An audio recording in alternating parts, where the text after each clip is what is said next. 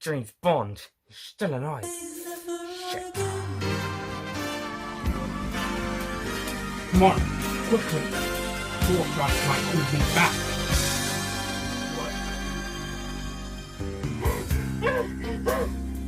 Oh, you possessed the catch of the day, Mr. Bond. Yeah, I am, aren't I?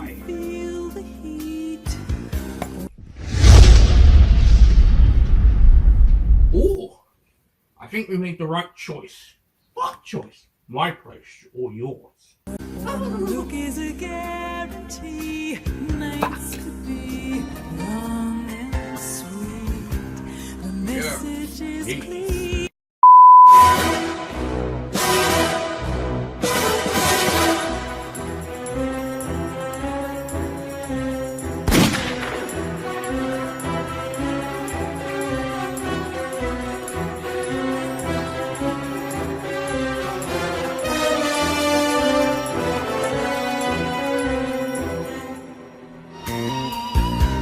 You walk in a room, a woman can feel the heat.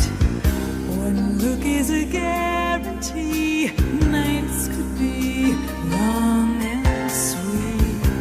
The message is clear, like nothing I've ever known.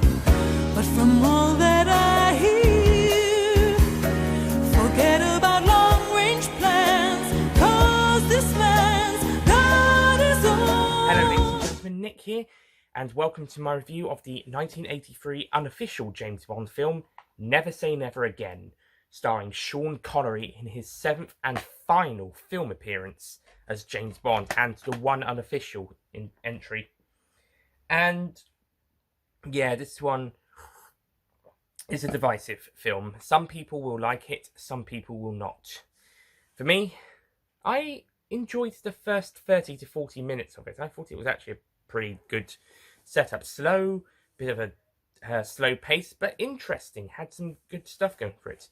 However, after about the 40-ish minute mark, it started to get a bit slow, uninteresting. Basically turn into second-rate Thunderball, except with better filming and editing. I will get that out of the way right now. The best thing about this film is, compared to Thunderball, this film is better in the filming and editing departments, because Thunderball was a mess, especially in the editing, whilst here it actually looks really great. There's some great shots and they're edited really well. There's a few slip-ups, for example, in the fight scene with Count Lippy, which I'll get back to because I want to talk about that later on. There is a jump cut, 60s style, and when Bond discovers his French contact Paula dead in the bed, he pulls out the cover, and then it straight cuts to covers are off, Bond looking down on the dead body. To me, I think we should have seen Bond remove the covers, and out in the corner of the eye, there's a body on the bed, and then it cuts to Bond looking down on the body, sort of holding the sheets, maybe putting it back a little, and holding it down. Also, where Bond's line doesn't match his lips in that scene. It would have been better off if he just didn't say anything. Also have to say that the music in this film, there are some good tracks, but most of the time it feels like second-rate John Barry, apart from at one point where it sounds second-rate Michael Kamen, and even one point where it sounds second-rate John Williams. Who did the music? Michael Legrand. I think he is the weakest Bond film music composer, excluding the 1954 short TV film as a TV episode of Climax. But if that's TV, as I tend to say. For film score, I think Michael Legrand is the weakest composer, and this is the weakest Bond score. At least Burt Bacharach put effort into the Casino Royale 1967 score, and that was probably the best thing of that movie. No, I think the music is one of the weakest things of this movie. It's just second-rate John Barry for the most parts, which is a shame because John Barry is possibly the best Bond film composer. Yeah, is the best Bond film composer, and I mean there are some samey scores now and again, but still. And yeah, Landgrad just sounds at some points like he's trying to be John Barry, but not quite getting it. There's also one point during the motorcycle chase where it sounds like someone has gone back in time from the 1980s or the 1990s, later in the 80s, or from the 1990s, and written a second-rate Lethal Weapon theme as a track in this film for the motorcycle chase, which is why I said it sounds like second-rate Michael Kamen. And towards the end, there's a bit that mixes with the second-rate John Barry music that sounds like the Jaws theme, but not as good, hence second-rate John Williams. So, in short, the score is basically a mix-up of past, present, and future second-rate scores, or rather, second-rate scores of past, present, and future scores from great composers. The story is basically Thunderball again, except with a bit of differences. For starters, they move away from the Bahamas towards the end of the first hour to France and South France and North Africa. For some reason, I thought Thunderball was supposed to be set in the Bahamas. And whilst the book and the film are, this other film decides to move to Europe and Africa for some reason. I'm not sure. I know the villain's from France, but does that mean they have to go to France or North Africa? It just feels a bit odd. We're trying to follow this story enough, and it's actually a bit more simple. The Spectre has stolen 2 nuclear warheads, just the warheads. They didn't have to steal the plane or anything, and they got Jack Pistachi to undergo his right eye to look like the President of the United States, so they could swap the dummy warheads with the real ones. That's actually a pretty good way to tie it in with the 1980s, but I'm not really sure why they chose to move the location, the setting, to France and North Africa after visiting the Bahamas for a bit. In fact, there isn't really that much of a reason why Bond goes to Bahamas in the first place, unless he's following up the Largo lead he was looking at earlier on. But that's the best I can come up with. Character-wise, James Bond, we seem to be having an older, near-retirement age Bond, played by Sean Connery. I think Connery is good in this film, but I don't think he's that amazing. It's possibly one of his weaker performances as Bond, and one of the weaker performances I've seen of him. It looks like he's only partially, he doesn't really want to be there that much, but he's sort of there out of obligation for Kevin McClory, maybe just so the film can be an FU to Albert R. Broccoli. And to me, and it does feel like that. Calvin Dyson feels that way about it, and to me, I also feel like it's a bit of an FU to Ian Fleming as well, due to the whole Thunderball fiasco. I don't think I talked about it in my Thunderball review, did I? Okay, I'll quickly brief you on it. For those who don't know, Ian Fleming, as well as Kevin McClory and screenwriter Jack Whittingham, tried to make a screenplay for a Bond film just before Fleming sold the rights to Harry Saltzman and Albert R. Broccoli. And after a bit of lots of drinks and idea tossing around, they couldn't realise who suggested what the next morning, and the plan fell through. However, Kevin McClory retained some of it, such as the plot, the Spectre organisation, and Blofeld, the character Blofeld, and that's the plot of the film. I think Fleming may have come up with the name Spectre for the Spectre organisation, as he does mention the word Spectre throughout the books, that does without relating to the organisation. So he may have come up with the name, though McClory may have come up with the organisation itself. And Fleming decided to use the plot of the story for his novel Thunderball, published in 1961. Yeah, 1961, which saw a big legal battle between him, McClory, and Whittingham, due to the latter two not being credited on the book. So after a legal battle, the latter two won the case, and so all future books had to say based on a story treatment by the three authors in Whittingham, McClory, and Fleming. And also they retained certain rights to Thunderball, including McClory's rights to the plot, the character of Blofeld, and the organisation of Spectre. And also, this legal battle would also sort of, in a way, affect Ian Fleming and eventually lead to his heart attack, which killed him in 1964. And was therefore missing out on the phenomenon of the James Bond films as they were coming out, as they were getting started, plus the fact that it also affected his work in the case of the novels. And so this whole legal battle has been a big effect on everybody, and wouldn't stop with Fleming, it would affect the films as well.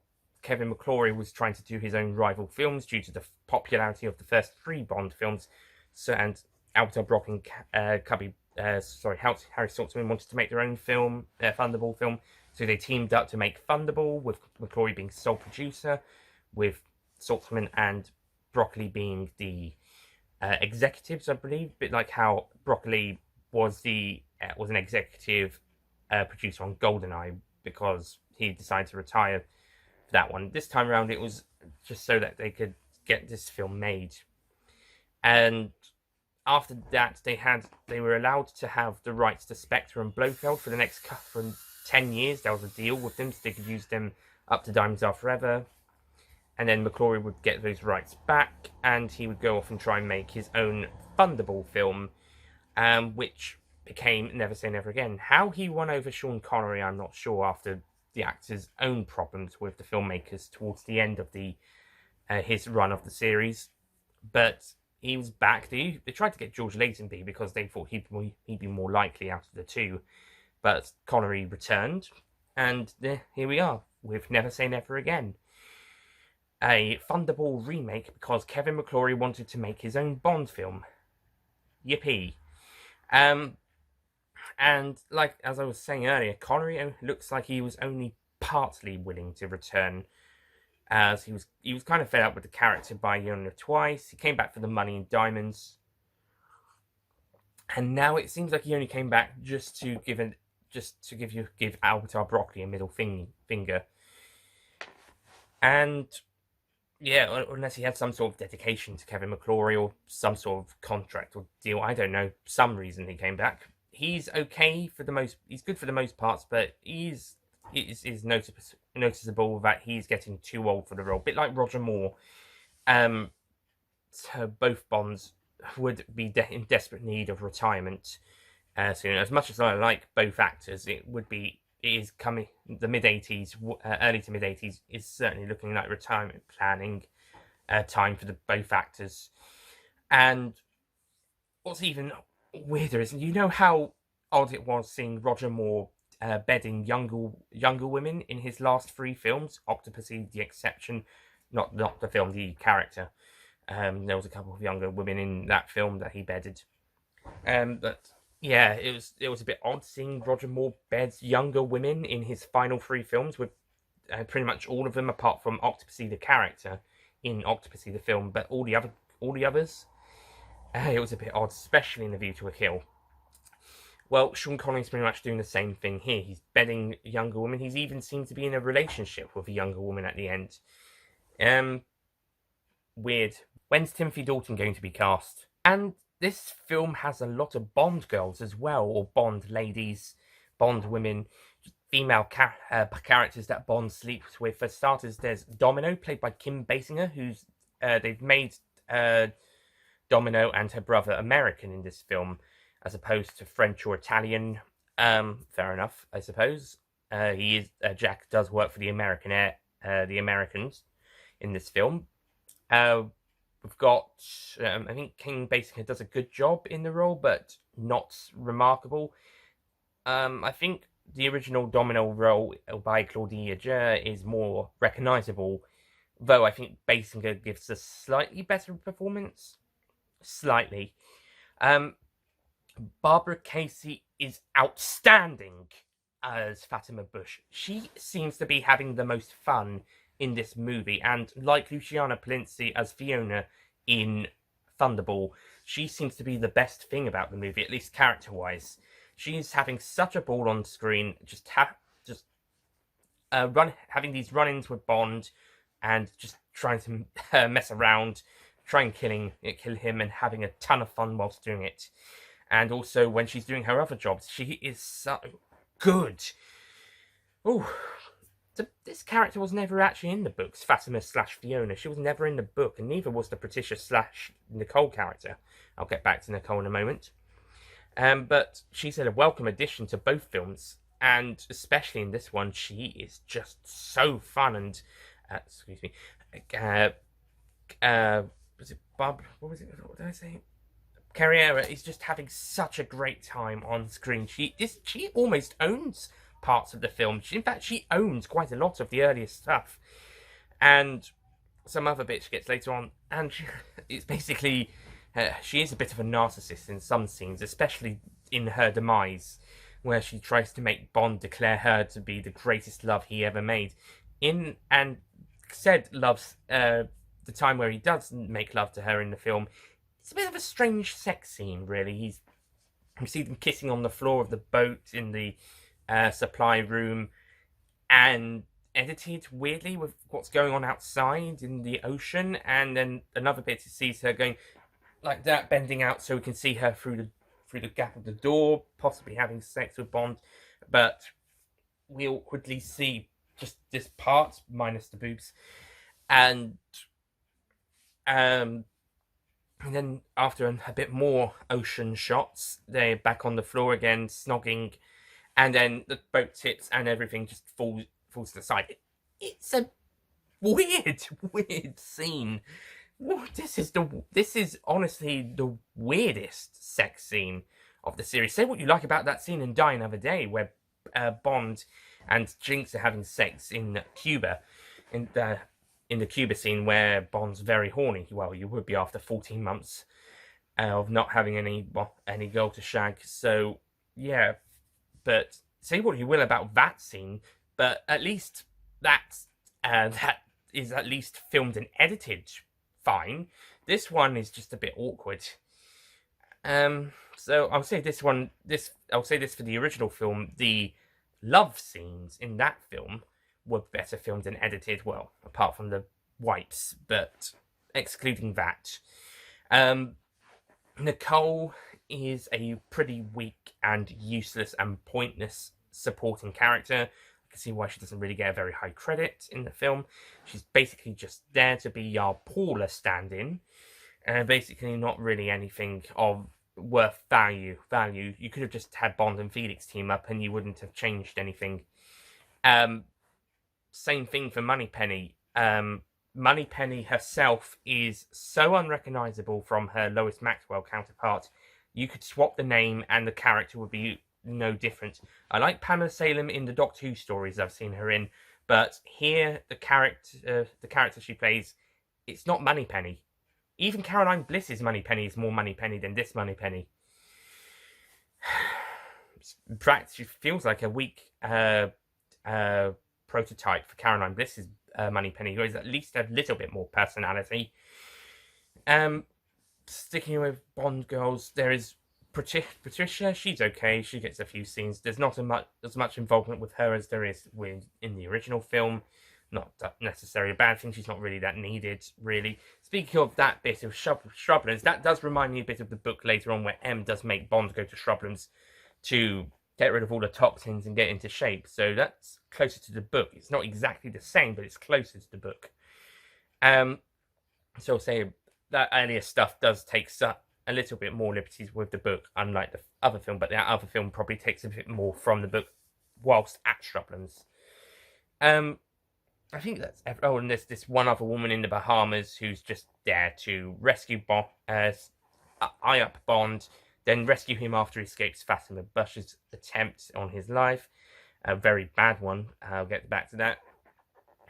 And then he just beds her for a bit and escapes another awkward, pretty poor way to kill him. I do like Fatima's reaction when she sees him. She's like, oh shit, he's still alive. Better find another way to kill him. I'll just blow up his room.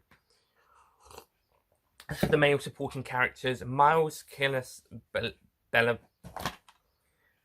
Carlos Maria Barnett Braninder.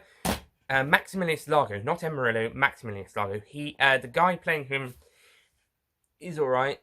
I mean, he's not as big of a presence as Adolfo Celli's Emilio Largo, but I do think Binder does bring a bit more of a Zorin type of character to the character 2 years before Zorin even appears on screen.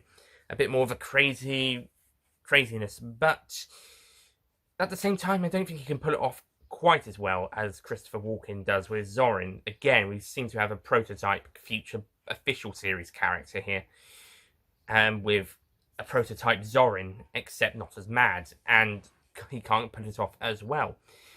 I think his expressions are pretty good, but his performance isn't that great. He's okay, but he's not going to be as big as Adolfo Celli's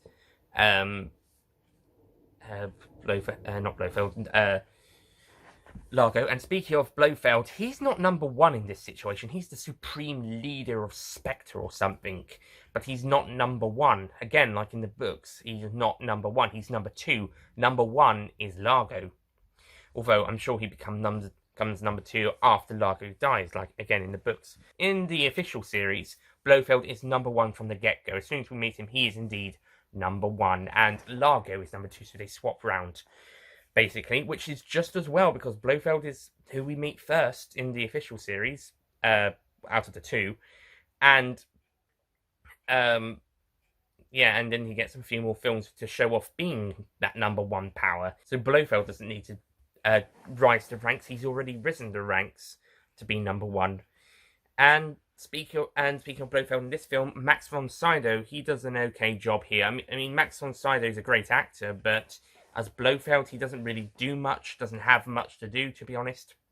And he's alright. Bernie Casey is a great Felix Leiter. I really like him, and beats Jeffrey Wright as the first black Felix Leiter in the series.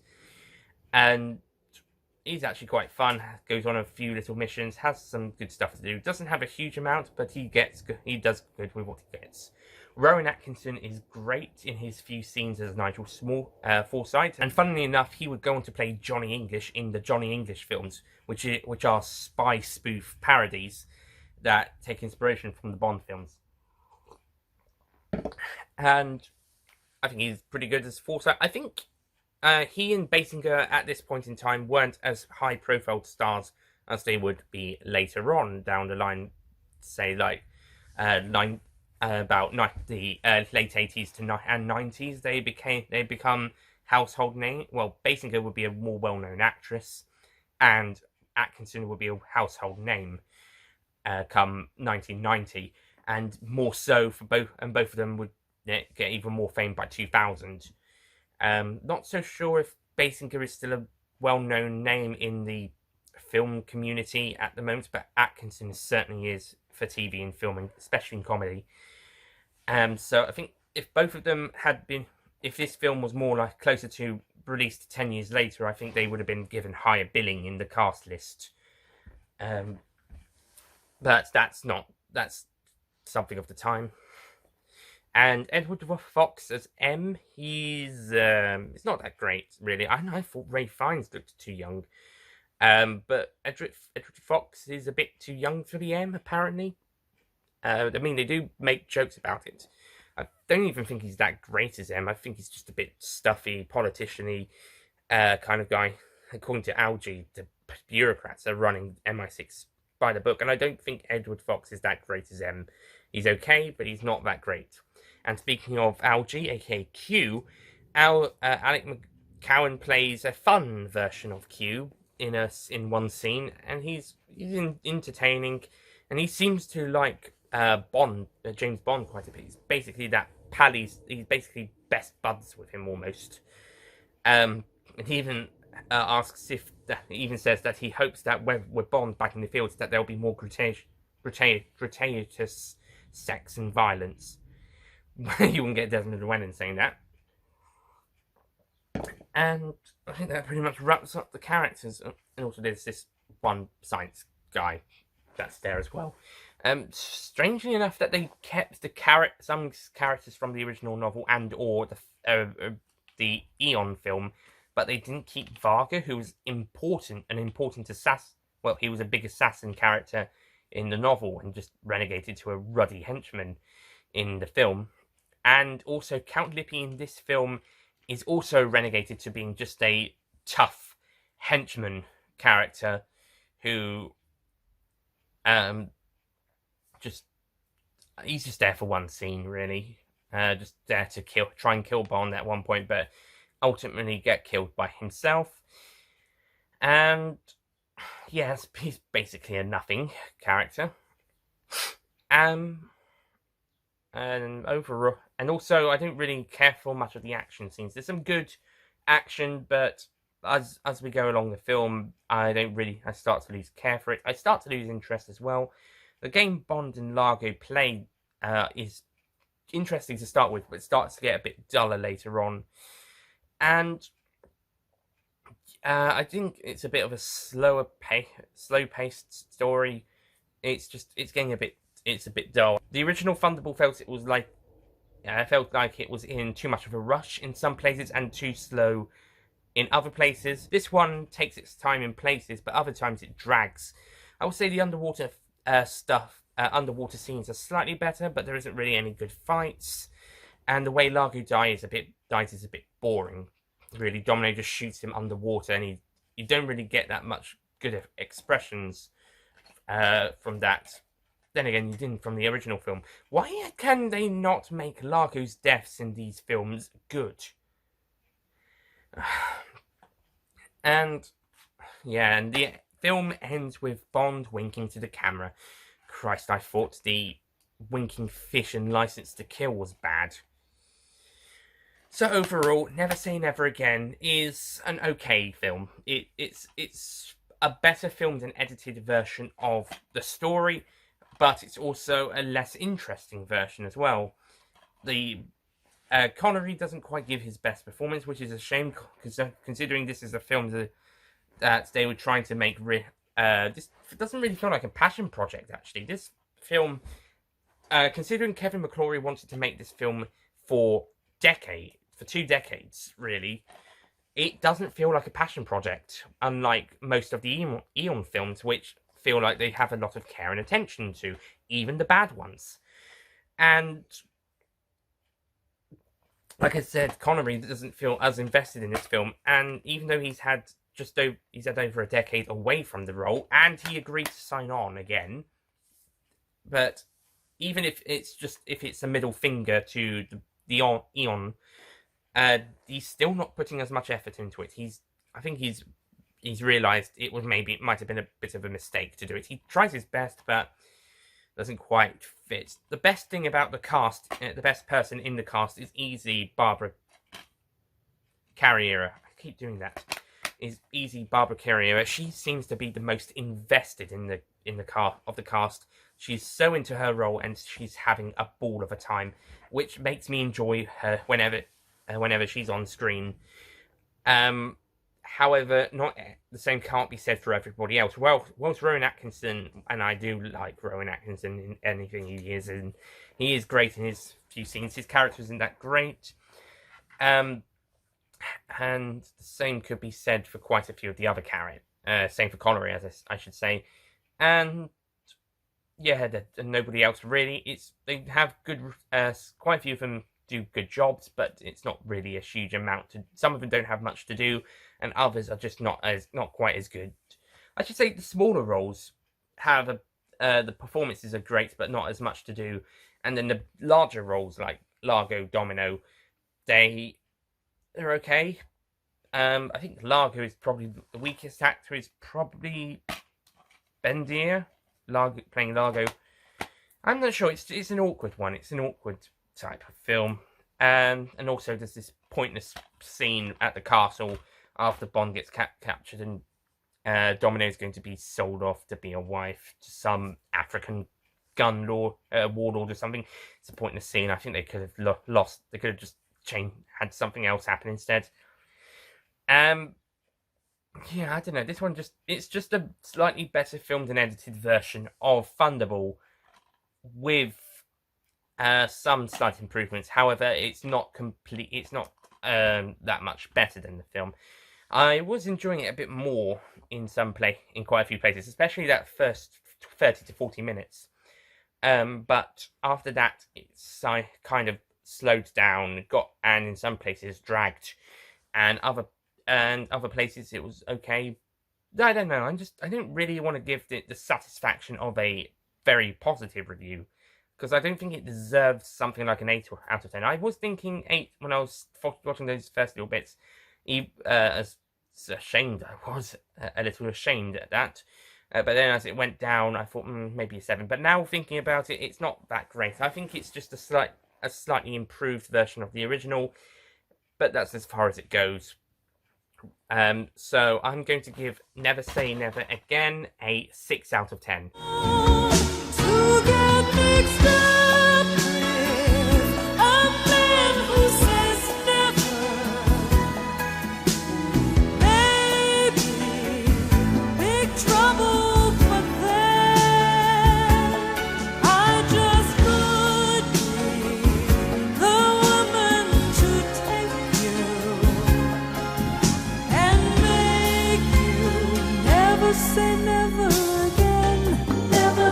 Never say never again. Never say never again. Never say never again. Never Probably say the strongest of the official series, the unofficial films. I'll give them that. Mainly because it actually is decent. And we got people who actually care about the series, care about making a good film, as opposed to Casino Royale, which was just the 67 version, which was just what the hell, and the TV version, the 54 TV version, which was just another episode of that TV series, really, but with not much care or devotion to the story. This one at least has some sort of, they at least want to make the movie, and they want to make it a good movie, but it doesn't feel like there's that much of a passion project behind it. Maybe if Kevin McClory was the producer of this film, not the executive producer, or maybe he dabbled with the script, then maybe this one may have come off a bit more of a passion project than if Connery had maybe put a little bit more effort into it. Same with some of the other actors. But it's still okay. I mean, it's a slight improvement on Thunderball. You'll get some enjoyable moments, but I can see this one not being a popular one for many people, and I can clearly see why. But there are some good things to talk about it, such as Barbara Carriera. She's outstanding. Really, really loved her in every single scene she was in, and there's some good action stuff, not terribly brilliant, and there's some nice sets and location work. And some of the other actors do some good stuff, and Rowan Atkinson's always up for it. Always makes me happy. But that's as far as I'll go, because the film isn't that great. I'll give props to the screenwriter for including elements of the original book and the original story, whilst trying to make it a little bit more different to the 65 film. But at the same time, it differs a bit too much in some places, making us wonder what the point was. So that's basically Never Say Never Again. And Kevin McClory would attempt to make another version of Thunderball later down the line, or more films in this series.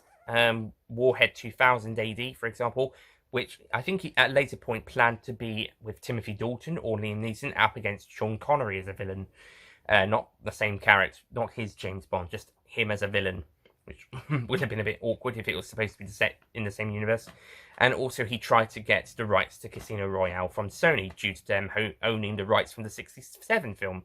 However, in 1999, great year, Eon Productions would eventually get the rights to Casino Royale back, which would allow them to make a film version of that 6 years later. And we'll get to that film in a few months' time. Spoiler alert, it's fantastic. And what was that? That was 2006. 7 years after that, after the Casino Royale 2006 film, Eon would get the rights back to Spectre, Blofeld, and Thunderball, just in time for the 2015 Spectre film. So now Eon officially has the rights to all 14 James Bond novels by Ian Fleming and short story collections by Ian Fleming, and characters within those stories. There's now no more kerfuffle with Thunderball, and there's no kerfuffle with Casino Royale. They own the rights to all 14 Fleming books, all 21 stories, as there's 9 short stories and 12 novels. This does not include the ones that Ian Fleming didn't publish, by the way. This is just the published ones. So, yeah. So this sad and troublesome story comes to a happy ending. Well, I say happy, depends whether you like Spectre or not. And I mean the 2015 film. If you weren't a fan of that, then maybe you think maybe it isn't quite a happy ending just yet. We'll see how the next one goes. In the meantime, with these James Bond reviews, it's back onto the official series with 1985's A View to a Kill, which is Roger Moore's 7th and final James Bond film. And I think it's about time he did. Yeah, it's about time he retired from the role after this film. In fact, I think he should have left after Octopussy. Give it to Timothy Dalton. But let's see how A View to a Kill goes. I'll see you guys next time. Goodbye. And teach you to never say never again. I'll beg you, I'll get you, I'll read you, I'll teach you, I'll take you, I'll make you.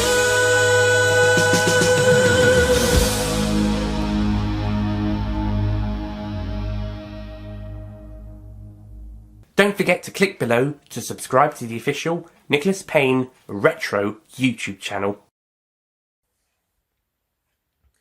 Hello ladies and gentlemen, Nick here, and welcome to my review of the 1983 unofficial James Bond movie from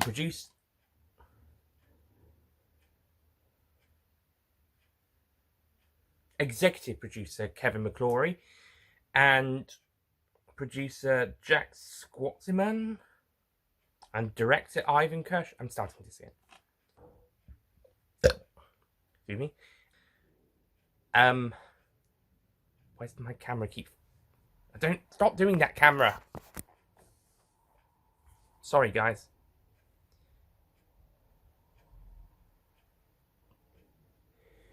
So to me, I felt that it didn't quite and sort of written a second-rate Lethal Weapon theme score. Yeah,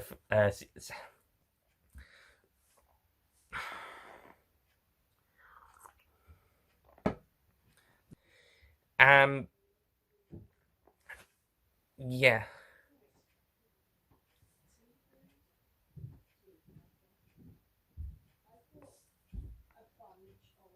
Hang on.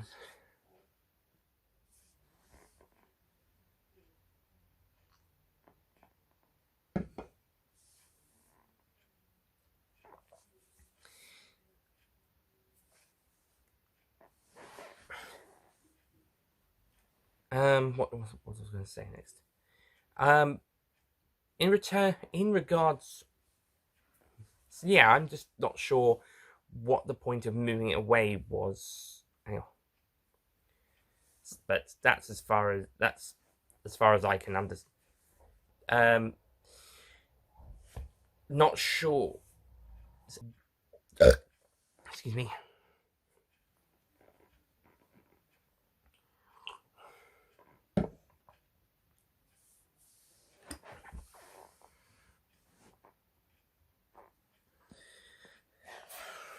When's Timothy Dalton gonna okay?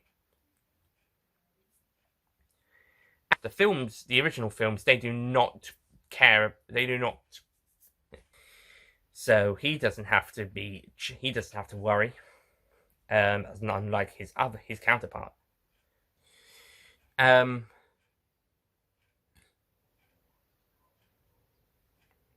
funny enough, he would go on to play a spoof spy in the Johnny English films. Johnny English.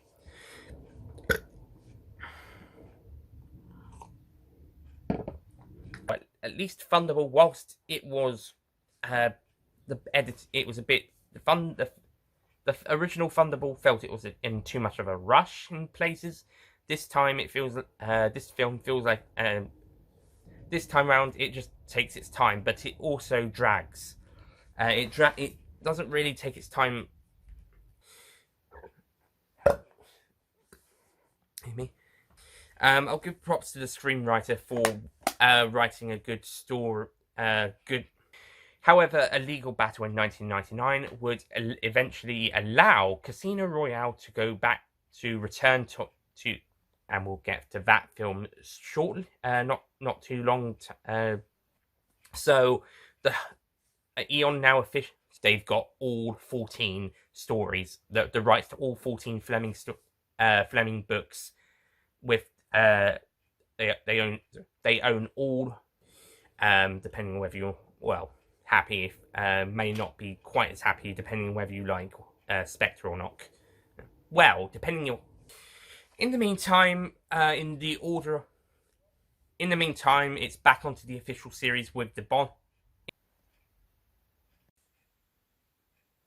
James Bond's still alive.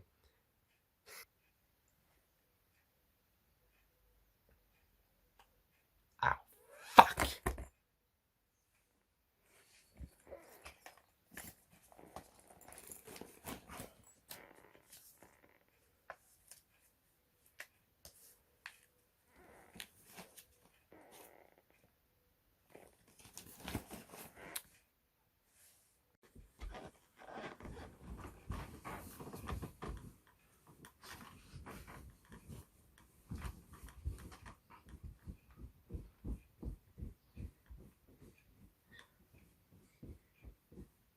Quickly. Yes. Action.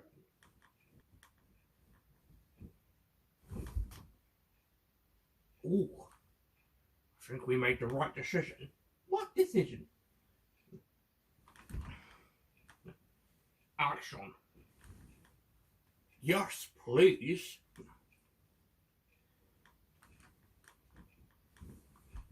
Yes, please. Yes. Yes, please. Yes. Oh. No, this wasn't supposed to be a difficult sketch, but it became difficult.